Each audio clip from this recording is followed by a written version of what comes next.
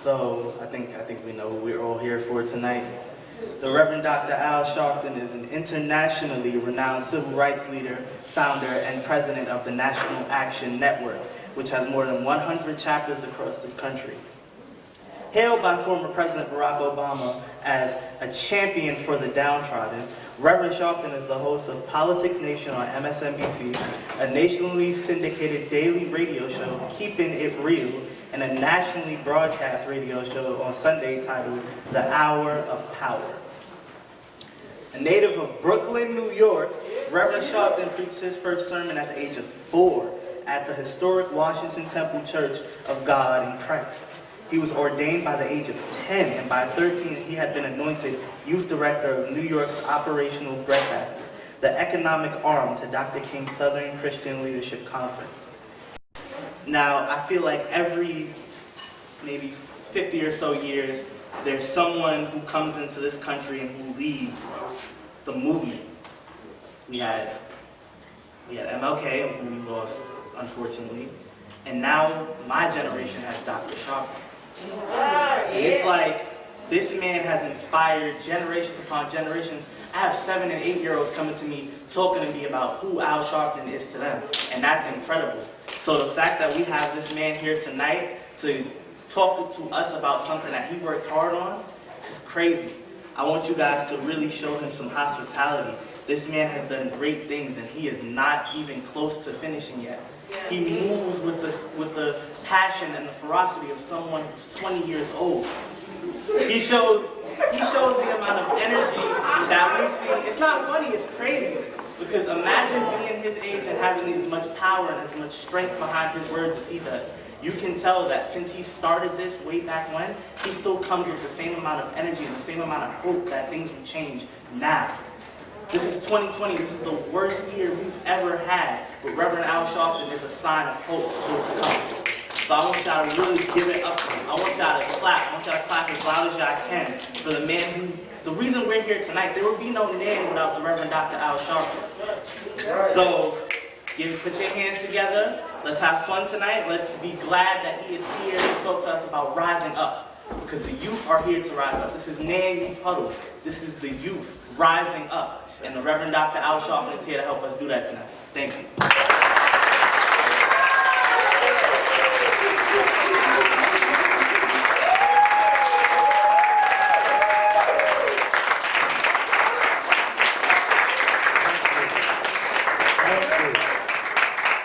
Thank you very much. I'm very happy to be here with Huddle tonight, and I thank him for that introduction. I mean, I really do. I mean, I listen to him. I'm a pretty bad dude listening to him. Let me say, I'm only going to explain for a few minutes why I wrote the book, and then I'd like to spend most of the time answering your questions and signing the books, because one of the things I think people do wrong is assume that you're telling people what they want to know. And I'd rather answer what you don't, what you want to know, rather than what I think you want to know. And about what we feel, what's going on, what should be going on, and whatever it is that y'all want to express. So I want to thank all the leaders of Huddle for having us tonight. Stand up, leader. Y'all stand up here.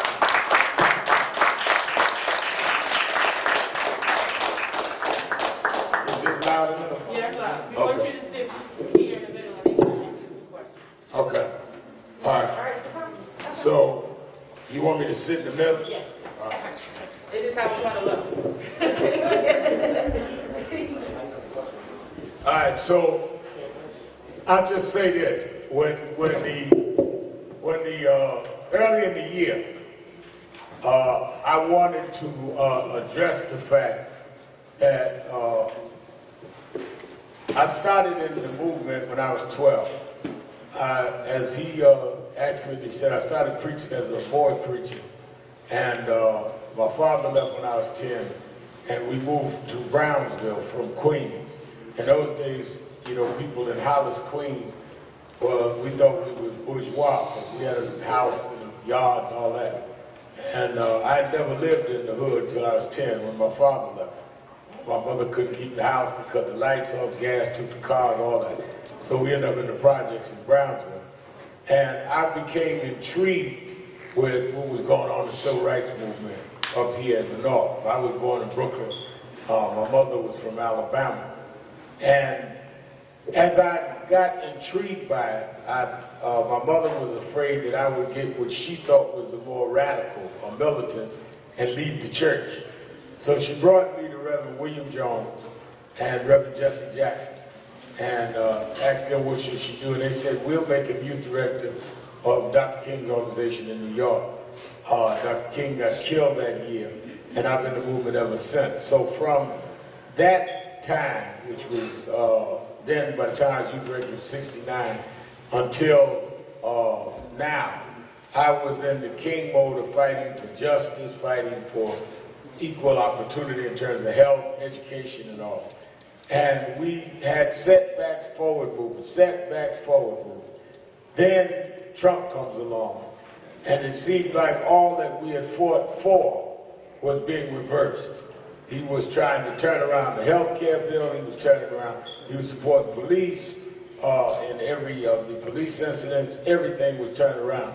So I said, we need to really challenge people on which road the country was going. And that's why I wrote the book, I had mine, then Rise Up, fighting a country or challenging a country at the crossroads. What road was we going to take? Was we going to take the road that we've been going down for 50 years or more, or we going to let this man turn the road around? As I was writing the book, and was almost finished, George Floyd happened. And I got a call from his family and attorney asking me to lead a vigil out there in Minneapolis. What happened, what a lot of people don't know, is that George Floyd was from North Carolina. He grew up in Houston. And he had gone to Minneapolis about 3 years before he was killed to get his life together. None of his relatives lived in Minneapolis. So when I went to Minneapolis where he was killed, all of his relatives was in Houston or North Carolina. So I went, I asked Eric Garner's mother to go with me. We did the first big vigil, then there were people marching, then they asked me to come back and do the funeral. And I kept pushing the book back because then Breonna Taylor happened, and then Ahmaud Arbery happened. So finally, right before the big march on Washington in August, I told the publishers, let's go. And that's when the book came out. So the book was for me to really challenge on which way the country's going to go. A lot of that, we're going to see what happens tomorrow in Election Day. But that was the basis of the book. And I tried to write in the book on all the issues that the country's faced with, from policing to climate change, to LGBTQ rights, to the rights of women, and to tell people how to be an activist. People see you out there now. When I started as a youth director for King's Group in New York, I started with 3 people, and they were 2 of them with me went to my church. You don't start movements with big people, with big crowds. You start with just a couple of people. You decide on what it is you want to do. And you say, we want to achieve this. And you fight to do that. People will join you when they see you fighting. If you wait on people to join you before you decide what you're going to do, you'll never get people. People join things that mean something to them. They ain't going to join you because you want them to join. You don't build fan clubs, you build movements. So as the years went by and we built up, it was because we fought on issues and things that people wanted. And I think that it is important that people understand how to organize and what to do. So that's the last chapter of the book. So that's my kind of summary on it. I'll answer y'all's questions.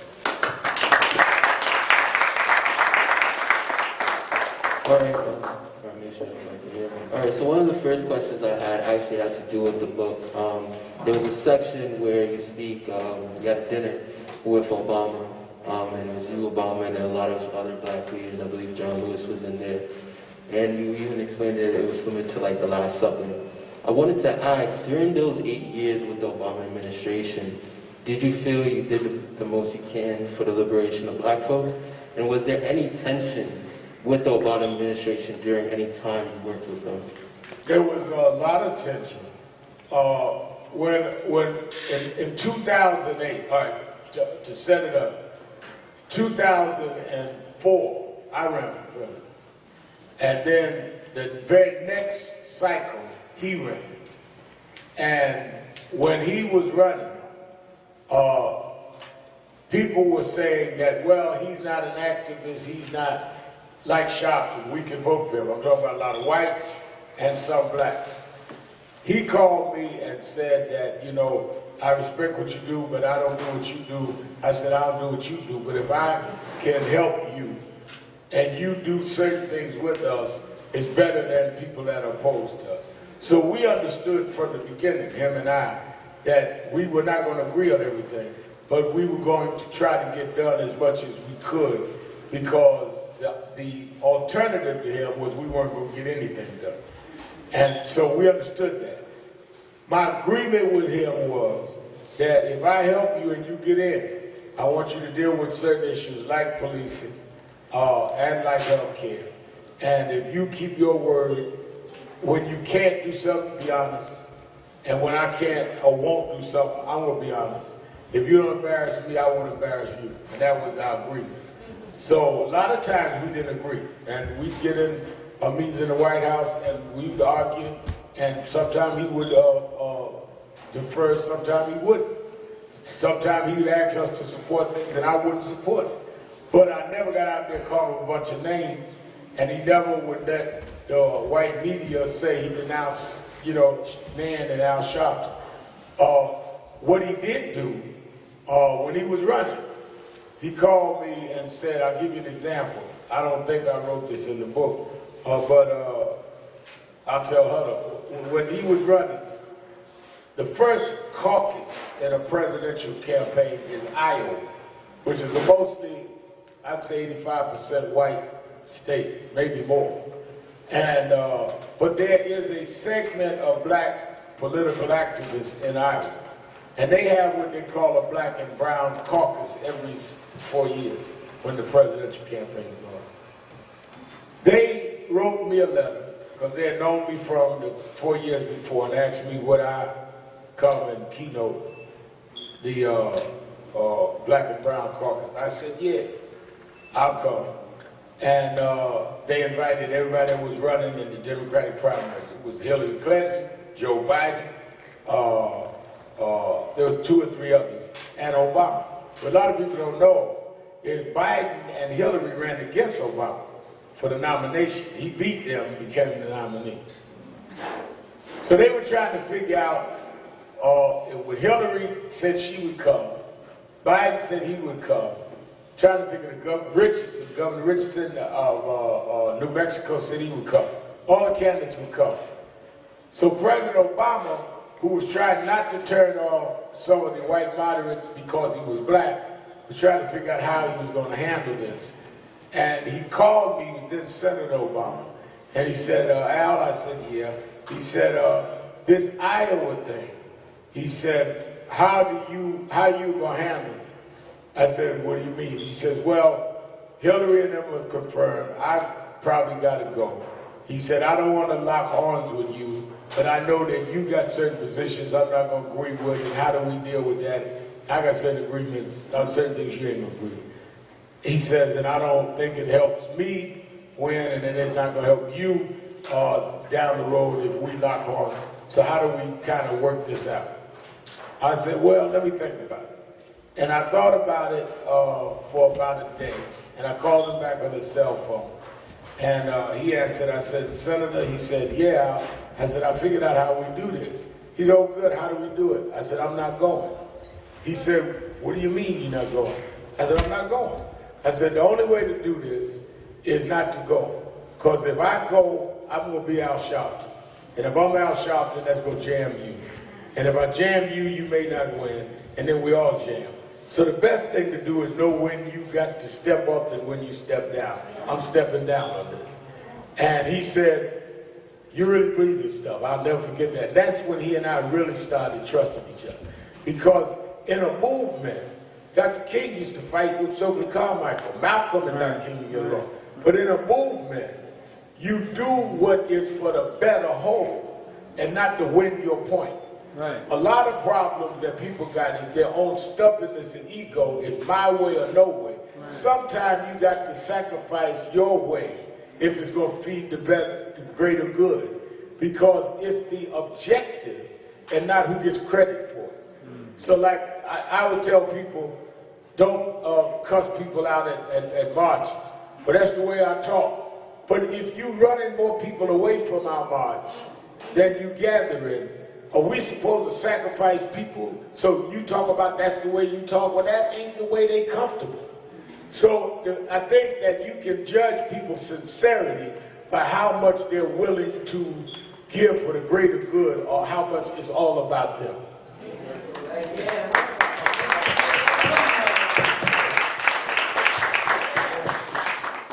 Good evening, everyone. Let's please give another round of applause for Dr. Al Sharpton.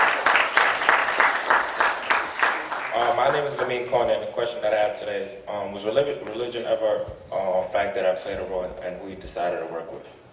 Well, yeah, that's a great question. I think that one of the reasons that I ended up working with Jesse Jackson and Reverend Jones and them is because I was out of the church and I was comfortable they was out of the church. And a lot of people in the movement weren't church-oriented. They thought church orientation was corny. Y'all still say corny? Y'all know what corny is. I'm just checking. So I went where I was comfortable. But, you know, some of my friends, you know, I went to, public schools in Brooklyn. Some of my friends were Muslims. Some of my friends were atheists. Some of my friends were agnostic. And I got along with everybody, but my thing was, if I respect, say you're a Muslim and you're an atheist, I'm gonna respect that you don't believe in God. I ain't gonna, beat you over the head with my Bible.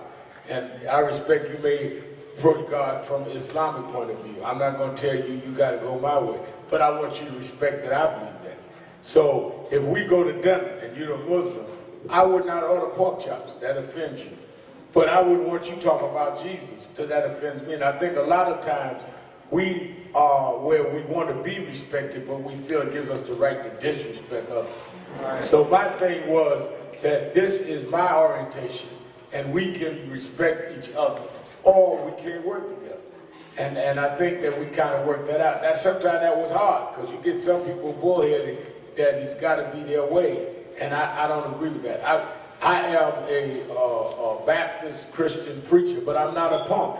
I ain't gonna back down to nobody.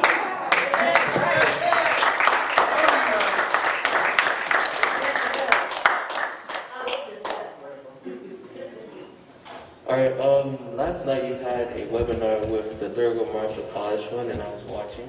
And you spoke about how everyone has to play a role, whether it's in the movement specifically. I wanted for you to speak about that right now, because it hit me differently when I heard that.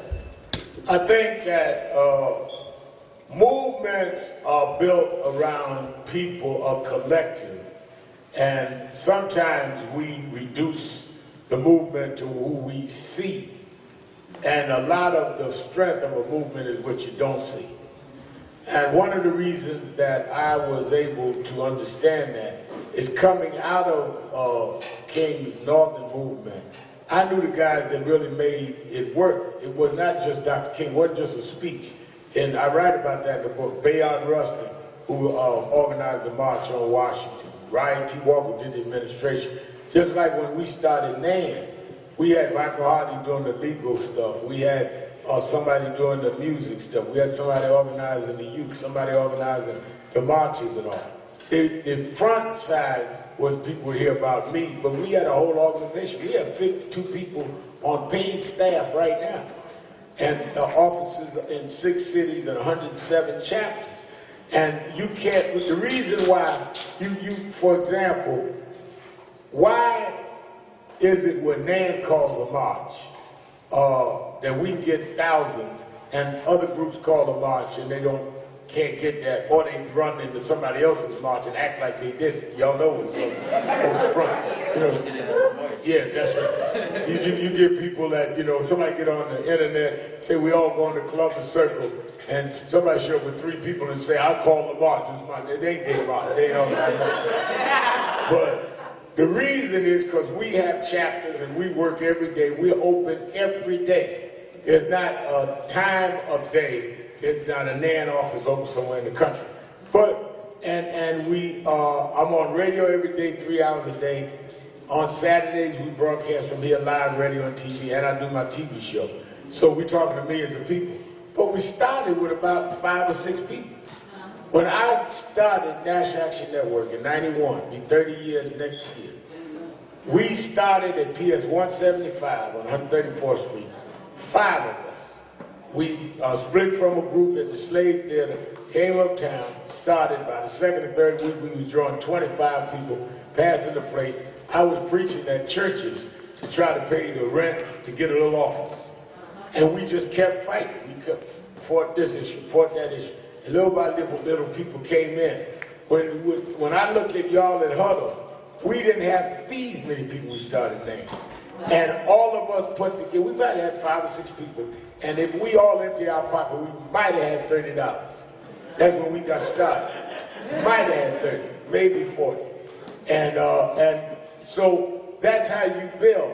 But I learned that everybody has a role. Somebody would say, I'm going to make sure that everybody can eat. Somebody else say, I'm going to make sure we got the flyers out. Somebody said that, Sharpton, you got to talk because you can talk good. Everybody has a role. And the main thing in a movement is everybody has to understand that you do your role, but your role will not work if you don't respect other people's role. So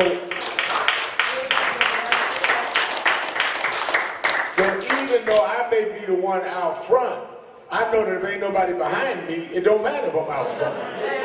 The difference between a march and a walk is if somebody's behind you. If I'm walking down the street and ain't nobody there with me, I'm just going for a walk. That ain't a march. Who mobilizes that? Who organizes the buses? Who gets stuff done? We just did the big march in August.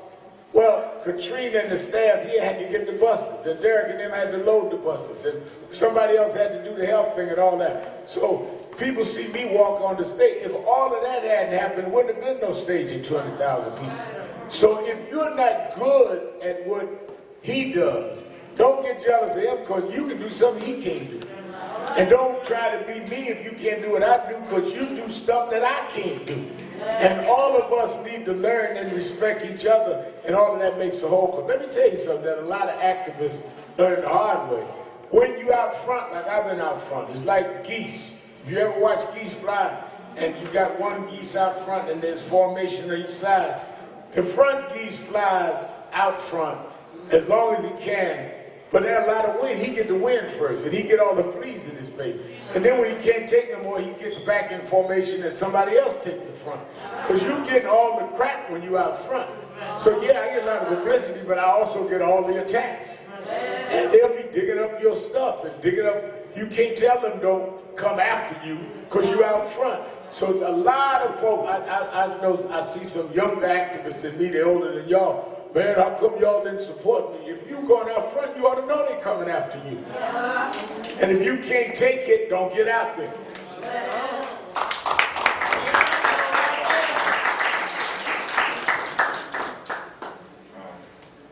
Was there any given time that you were influenced to step away from the movement? I was offered stuff. When I knew that I did not want to ever do anything with the movement, when I was 18, a guy joined my youth group called Teddy. And we found out about 2 or 3 weeks later, he was from Georgia, came to New York, wanted to go to law school at Columbia.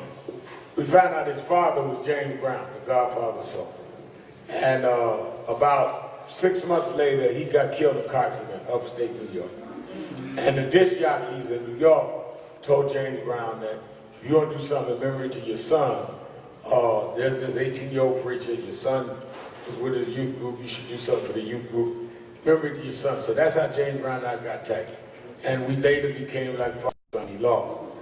As years went on, and we was tight. I'd sometimes meet him on the road and he'd ask me to handle his money because he knew I wasn't gonna do nothing wrong. He said to me, you know, Reverend, you need to move down here and forget all the movements. You make a lot of money with me. And I said, well, I'll stay a while, but I gotta go back and forth. So I traveled back and forth. I got up one day and decided I can't do this. And I went back to New York permanently.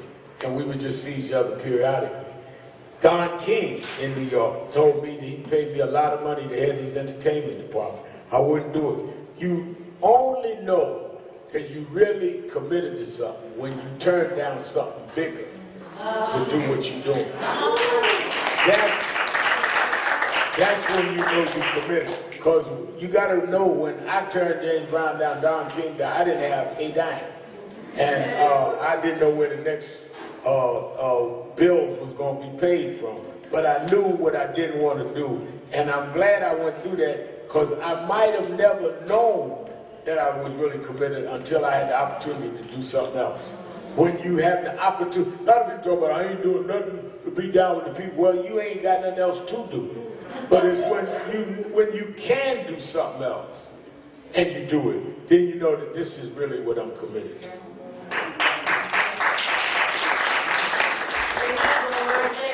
In your book, Well, the old folks be cool. It's Huddle night. thank you. Y'all make a lot of noise in the back. This is us young folk. In your Hey, book, man, go right there and works on Saturday.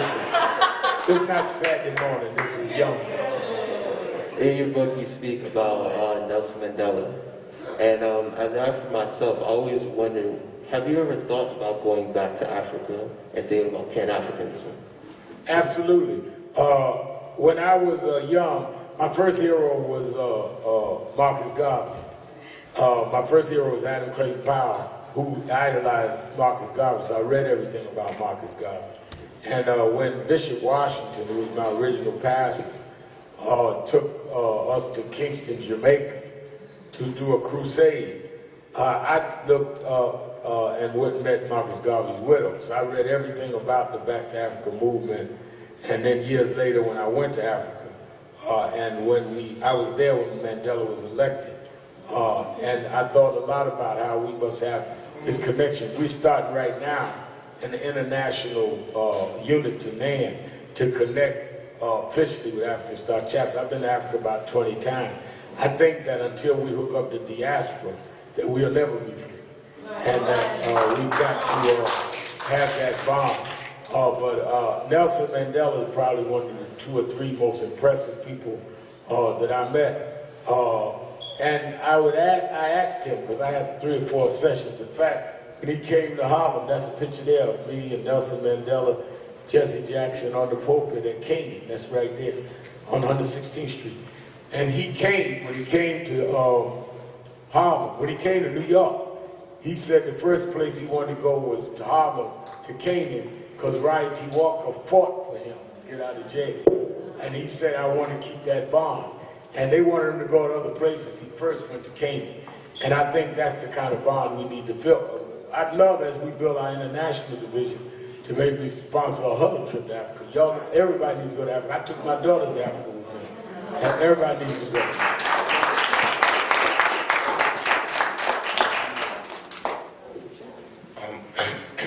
Of all the cases and people you stood up for, what case impacted you the most?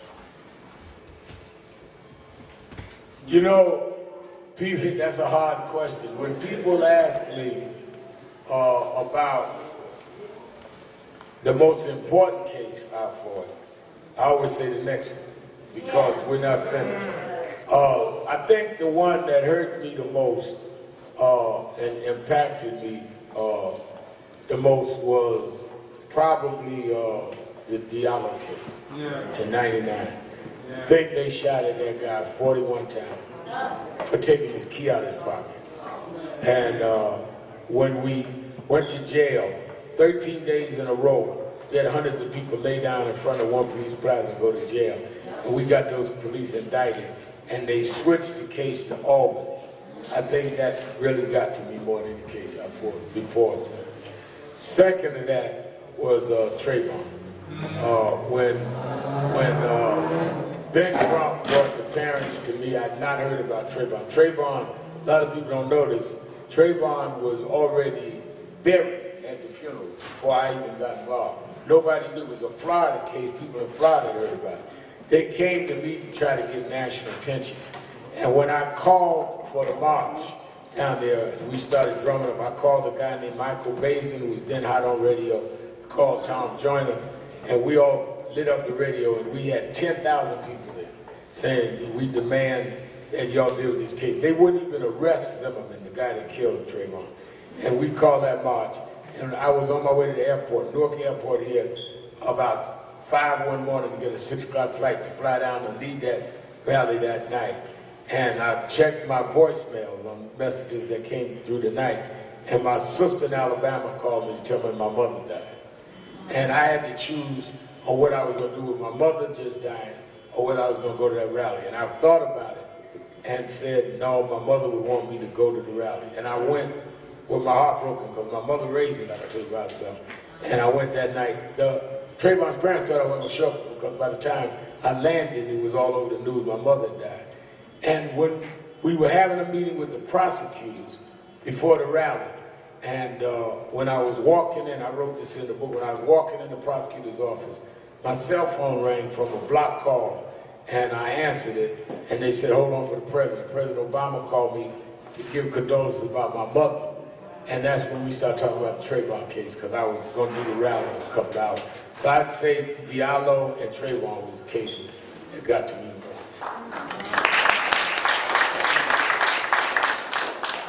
So I knew you had a small run into politics.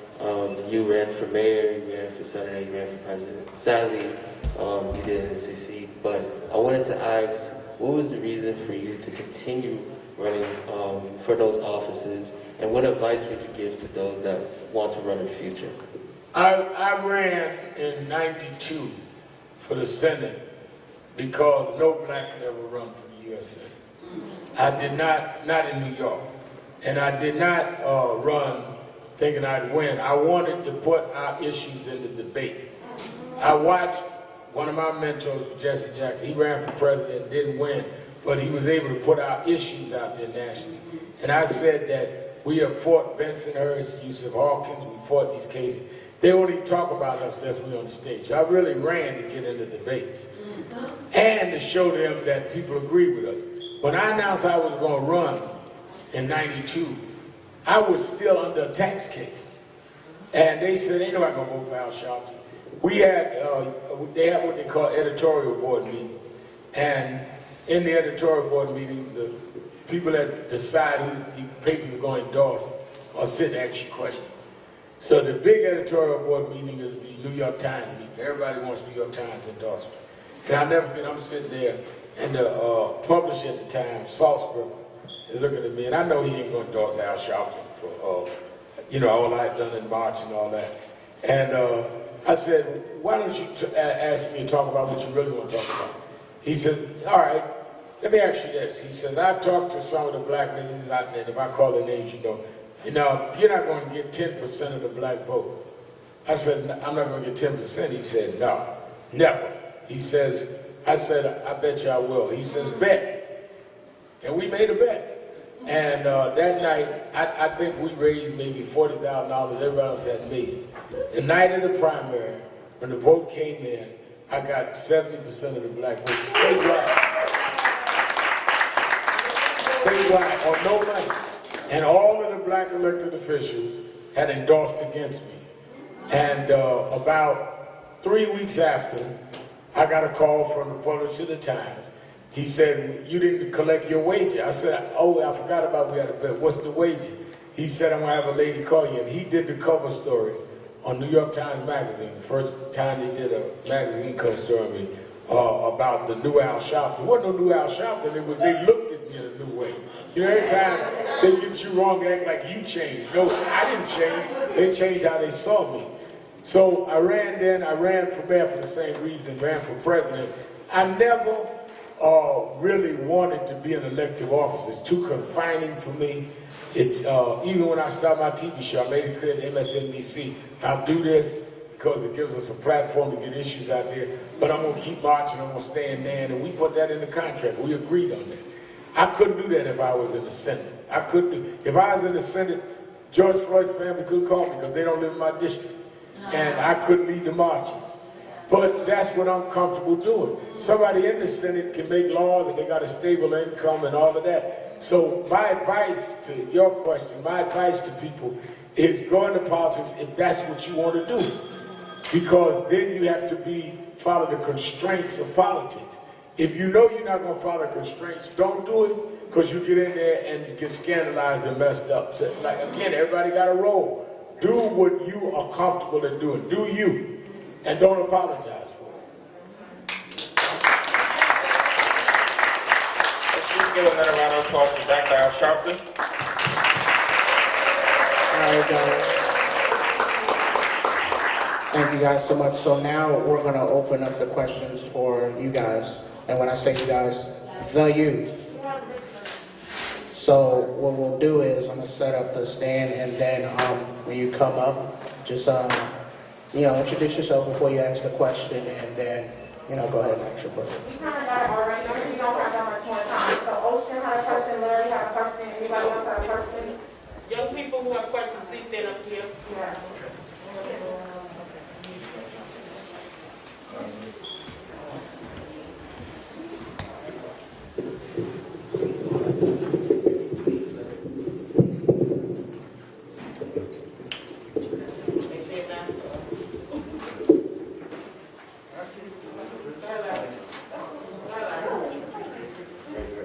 Good afternoon, Reverend Al Sharpton. My name is Larry Malcolm Smith Jr., youth activist and member of Man Youth Huddle. In one of the chapters I was reading in your book, you spoke about mistakes. You spoke about, I'm not afraid to make a mistake. I embrace mistakes. Mistakes make you who you are. I come from the community of Southside Jamaica, Queens, and Sean Bell was a godfather in my neighborhood. He was a godfather to everybody. How was it for you to deal with the grief and the mourn, and especially with the family of Valerie and Miss Nicole Bell and Trent Benefield and Joe Guzman and everybody, the victims? How was it to continuously do these rallies, these press conferences, these protests, and just the list goes on? How was it for you to do that? And then when it comes to all the officers get acquitted, it's like the whole damn system is guilty. I just wanted to just ask you, how was it in that process to move on? Yeah, well, you asked a very good question and laid it out well. I think that the system is guilty, which is why we got to change the system and gain power. I was riding to do the Saturday morning rally here one Saturday morning, and my cell phone rang. A famous gospel singer, we grew up in church together, Reverend Timothy Wright, he passed now, called me on my cell phone. And he said, Al, I need you to do me a favor. I said, what? He said, something happened to a young man and his fiance. They were getting ready to get married today. His fiance is at Jamaica Hospital, and they won't tell her what happened. And they won't tell her where he's at in the hospital. Could you call over there? Because maybe if you called, it would shake him up and they'd tell us something. I said, all right. And we in the car. And guy driving me, I'm headed up here. So I called and talked to who became Nicole. And Nicole was crying and telling me, they won't tell me nothing. Something happened to Sean. We were supposed to get married today. I don't know what happened. And I know he's in this hospital.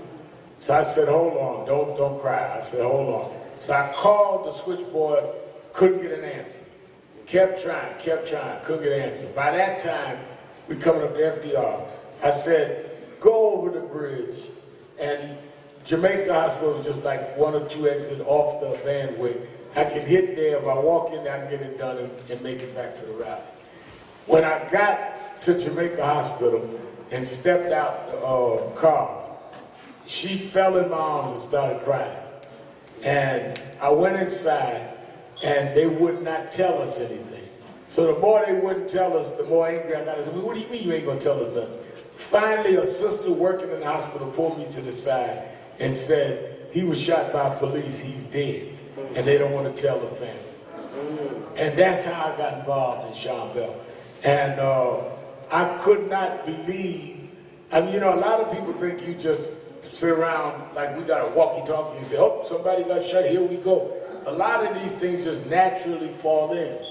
And then I found out that Trent and they were at another hospital. So I went to see them and they were shot. They were laying up in the bed shot. And they told me the whole story. And that's when we started the marches and all. And what makes me keep doing it is every time I do one of those, including George Floyd, I look at that casket and think about it could have been me. I grew up in Brownsville. The only difference between me and them is my number didn't come up. And I would want somebody to stand up for me. So I try to stand up for them. I wasn't, you know, a lot of the civil rights leaders, you know, come out of nice families. Their daddy was a preacher and their granddaddy was a preacher. My daddy wasn't a preacher. My daddy left. I talked to him for 20 years. I didn't come from that. I didn't go to Ivy League schools. I could have been Sean Bell. I could have been George Floyd. So I think that's why I like Nan where it is on the ground.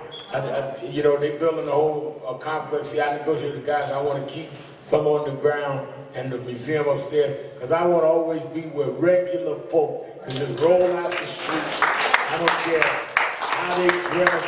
I don't care, you know, if they smell like weed. I don't care.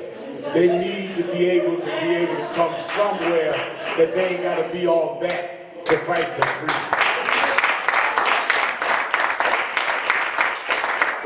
Thank you. I ain't encouraging weed, I'm just saying this all right.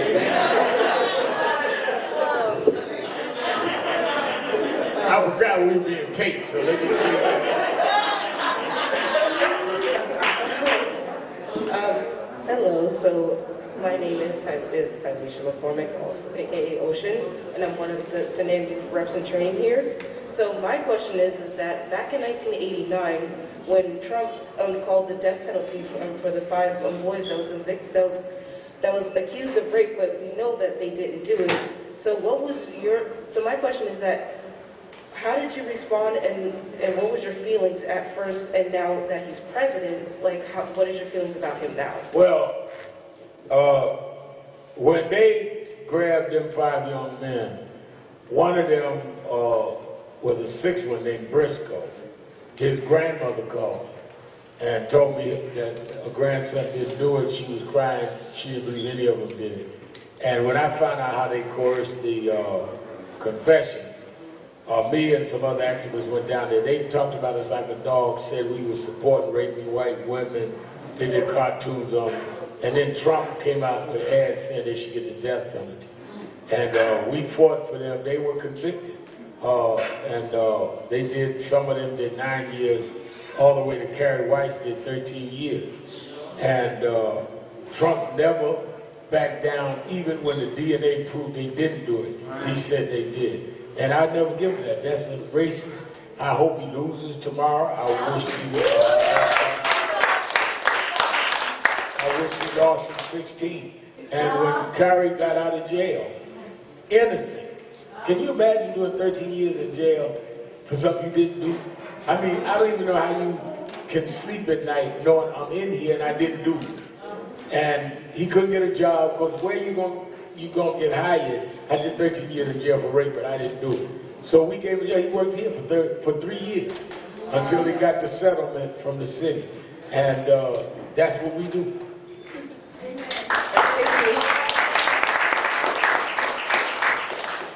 Hi, my name is Aaliyah. I'm 17 years old. So my question is, well, I'm going to say something, then I'm going to ask a question. So we know that the system wasn't created for black people to win. It was created for the destruction of black people, especially black men, and that they're using black women to help in the destruction of black men. So when there's people in the movement that try to create a wedge between black men and black women, what's your advice to help people keep their eye on the prize? Like, remember what we're really fighting for. I think, good question. I think that, one, we've got to have honest discussions like that, like you just did, and put it on the table. One of the reasons that I love the concept of Huddle is that you need to be in a circle and talk about things that are not comfortable because that's the only way we're going to get free, because they have set this up so that we would never be honest with each other. Part of Western psychology is dishonesty. And the wedge between black men and women, we need to have honest discussions so we do not hide the insecurities that it covers on both sides. And like right now, they're talking about, well, black men are more voting for Trump than black women. That's to draw a wedge. They get one or two rappers to get out there for Trump, and they're supposed to represent black men. But why did they represent black men when Trayvon got killed? Why didn't they represent black men when George Floyd? First time we heard from some of them is now for Trump. Now, one of them used to do lyrics that would fight. I'll give you an example. A lot of y'all remember when Obama was running for president, they made him step away from his pastor, Reverend Jeremiah Wright, because they said he said it about him. Okay, now let me ask you a question. Why did Obama have to step away from his pastor? Because his pastor said some radical things in their mind. But Trump can deal with Ice Cube, who said F the police. I mean, that's a double standard. And we've got to have honest conversations about that. Little Wayne went to jail in New York 4 years ago for a year for a gun. And he's sitting up there posing with the president. If I went to jail for a year, they would have had Obama wouldn't have been able to ever let me come in the White House. So we got to have honest discussion about that. Now, wait a minute. And why are some of the activists not calling them out? But they'll call out man and shop. Well, you know, shop and them. Why ain't they talking about these guys?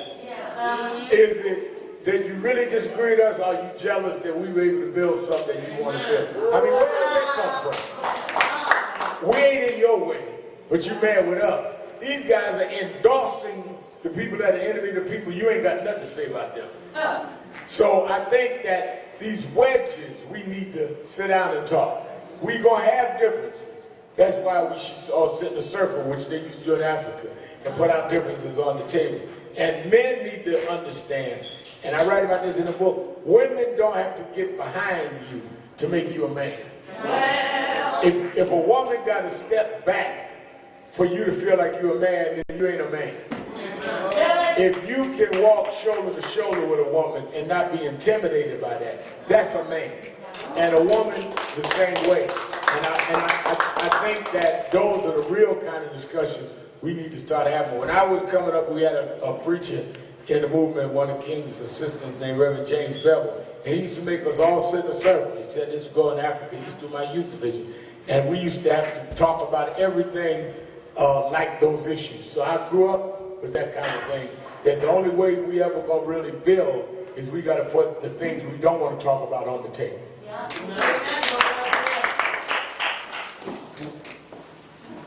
Hello, I'm Shamel Scott. My question is, I hear a lot of he say, she say about Trump and Biden, like both of them are bad to vote for and it's pointless to vote. So I wanted to know what your advice on would be to people that says.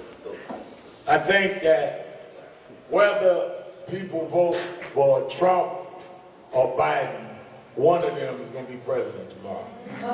So I tell people that say they ain't voting, that ain't going to stop nothing. They're going to be the president and they're going to make decisions. So since we know that, like right now, you got a nice hoodie, right? Well, where you bought that hoodie from, a guy got a business license to sell apparel. That's political, because somebody decided he could have a license and he could sell there because it was in a business zone. If you're going to live in a house, it's a residential zone. Everything you do is political. Food you eat is approved by the Food and Drug Administration. So if everything I do, from eating to my clothes to where I sleep at night, is made by a political decision, then why would I not want to have some input on who those people are that are going to make the decision? Because I'm going to live based on what they decide anyway. So I might as well have some say-so. Now, ain't none of them gonna be perfect. So I'm gonna choose the one that I could best get the most out of. So it's like, if I were to go downtown with you and we going shopping, we're gonna try to get the best product for the least amount of money. It may not be the perfect thing, but it's gonna be the best we can get. I think Biden is better than Trump. Do I think Biden is the best? No, I marched against Biden on the crime bill. And we'll march on him again. Believe me, if Biden wins tomorrow night, Dominic can tell you, I talk to Kamala all the time, and I fight with Kamala.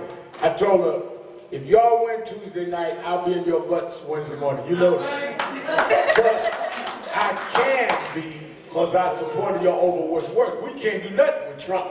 We can do something with Biden. So I think that yes, when they say the lesser of two evils is still evil, but if you have to live under evil, you got to be able to negotiate deal with it.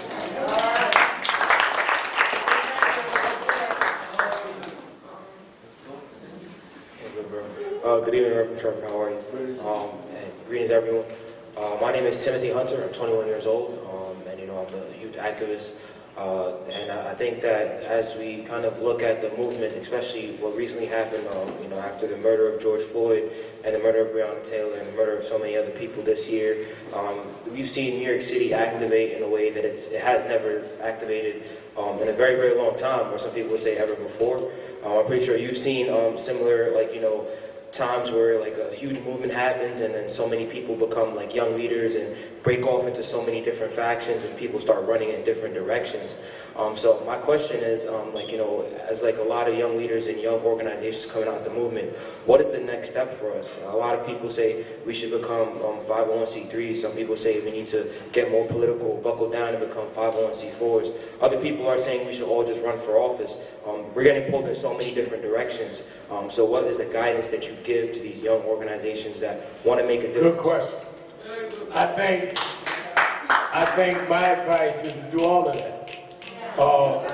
Everybody goes back to his questions of everybody has a role. Some of y'all should run for office if you can take the constraints of office. Some of y'all should do a 501c3 if you can follow the laws and do that. It's movements, the difference between movements and clubs. Movements, you have to empower in every area. When I was about 25, maybe 30, there was 3 of us that used to meet maybe every 3 months. We used to go to Sylvia's, eat food. We were all around the same age. And one of them said, man, when I get my thing, and we were involved in some movements, then I want to be the second black mayor of New York, because Dave Jenkins was the first. And the other one said, well, I want to be a member of Congress. And they said, what you going to do, Al? I said, well, I want to be civil rights leader. I want to be like Jesse was. That's what I grew up under. The guy that wanted to be the second black mayor ended up being the first black governor, David Paterson. The other guy that wanted to be a congressman is a congressman now, Gray Meeks. And I'm Al Sharpton.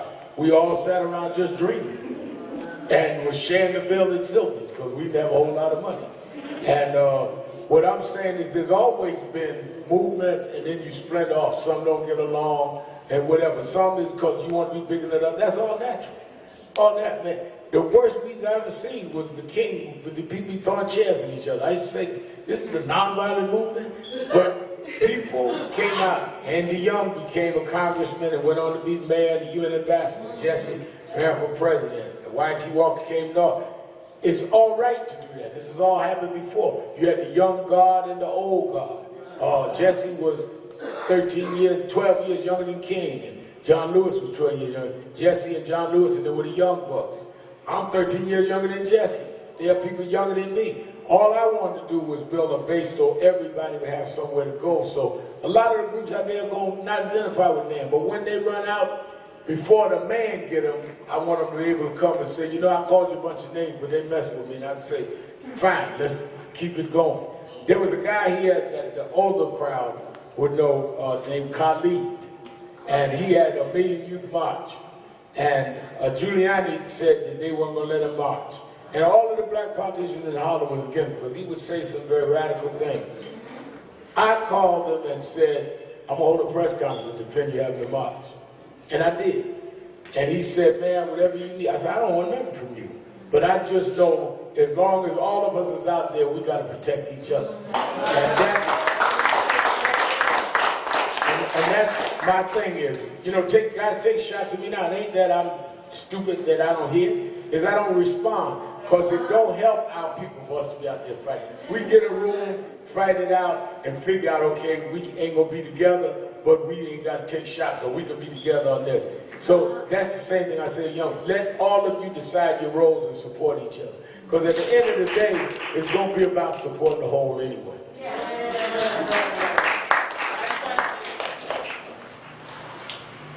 Thank you so much. So I have a question. In terms of defund the police, I wanted to know, with that being, you know, a popular point of conversation, what's your thoughts on defund the police? I think that they distorted the slogan. I think that you got to, at one level, we got to totally reimagine what policing is. So I agree with that. You can't continue policing the way it is and the resources the way it is. But you also got to put in, then how do we protect people? 2 weeks after I did George Floyd's funeral, I did a one-year-old boy's funeral in Brooklyn from a stray bullet. So our community is got to have ways they protect themselves against gun violence. So, but at the same time, we can't keep financing the police the way they are. So I think we need to really have a reimagining of how we deal with policing and gunfire in our community. Thank you so much. Let's give me one more round of applause.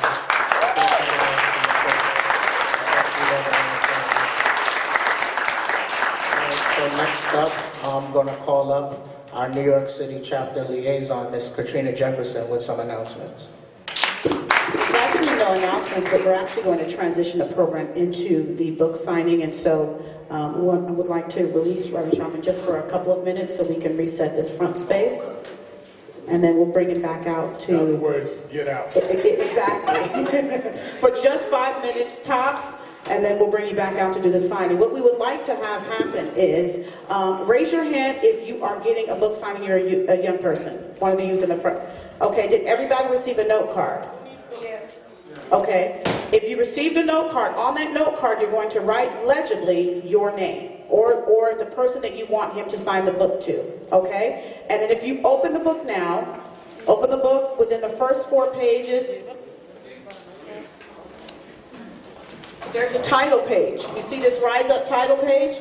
You're going to take your note card and slide it right here in the title page, okay? And then what I would like to have happen is for all the youth to stand up, and if you have a book, to line up on to my left, okay? Line up to my left and just step a little bit back for me, please.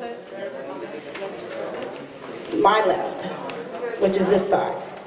David, if I can have you or Arthur, somebody come up to move the table up.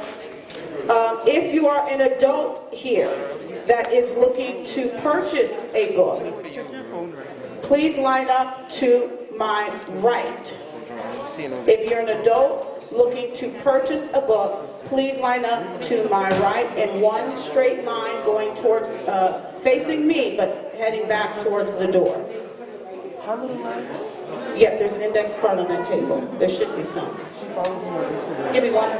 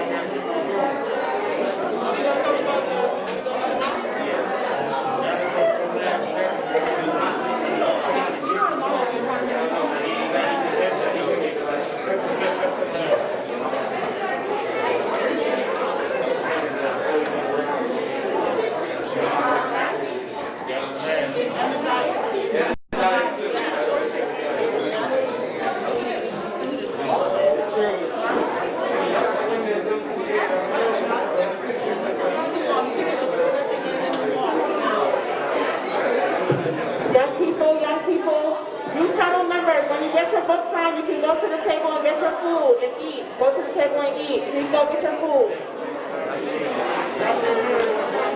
Dinner is served, everyone. Dinner is served. So once you get your book signed, you can head on over to the table and get your food, get your dinner.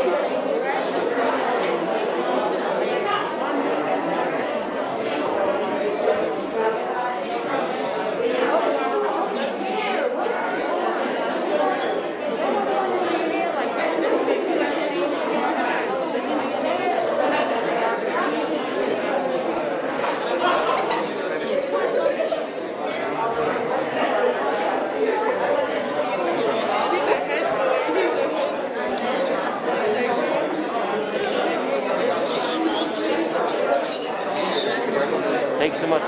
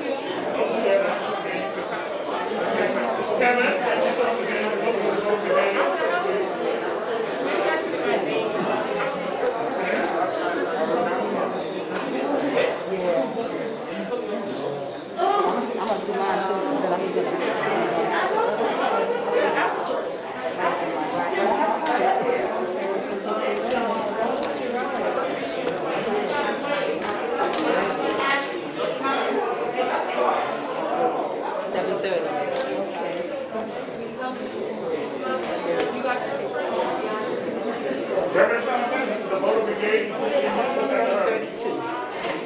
This is Kevin from the book again. Hip hop side. I'd rather be there waiting for them and not have them waiting too long. Get the book signed and there you are. We are excited. Rise up. Like they're buzzing. Rise up. Rise up. We're gonna fight for freedom. Rise up. We're gonna fight for justice. Rise up. We're gonna make the change. Rise up. Very good. Thank you. Thank you so much.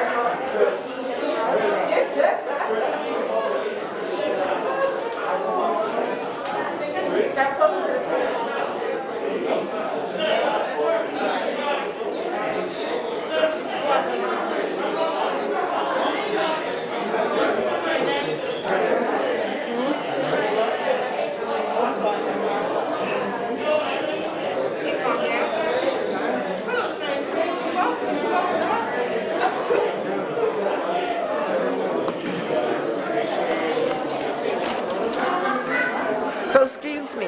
So when would this tape be ready? The one today. When would that be ready? Oh, okay. All right. So you know what? I might have to get that Saturday. Yeah, I get it Saturday. But you know what? I'm gonna buy another one for yeah, I'm gonna give it to one of my relatives. But we gonna sit and watch it first. Then I'm gonna give it to them. After we sit. I'm not playing with them. I'm not another one Saturday because that young pastor was phenomenal. The one before too was good too. Yeah, he was phenomenal. He's really fine. Yes, I'm getting my money.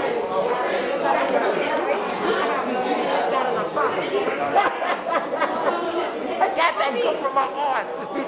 You think no, my aunt did it, my grandmother didn't do that. You know, she did it the old-fashioned way. I said, oh, grandma.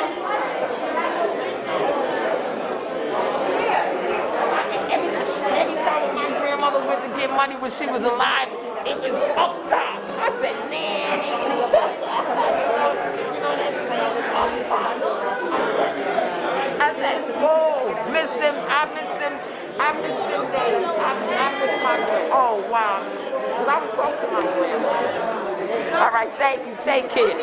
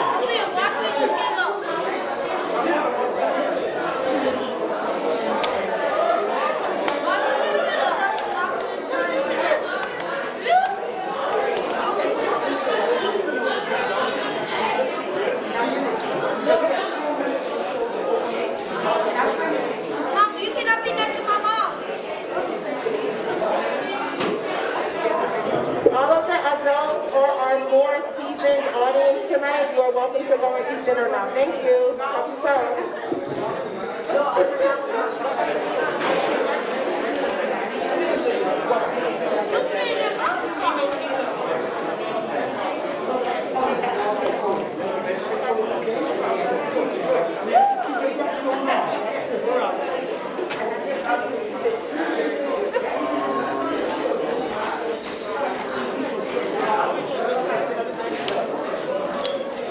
After we eat, we leave it right.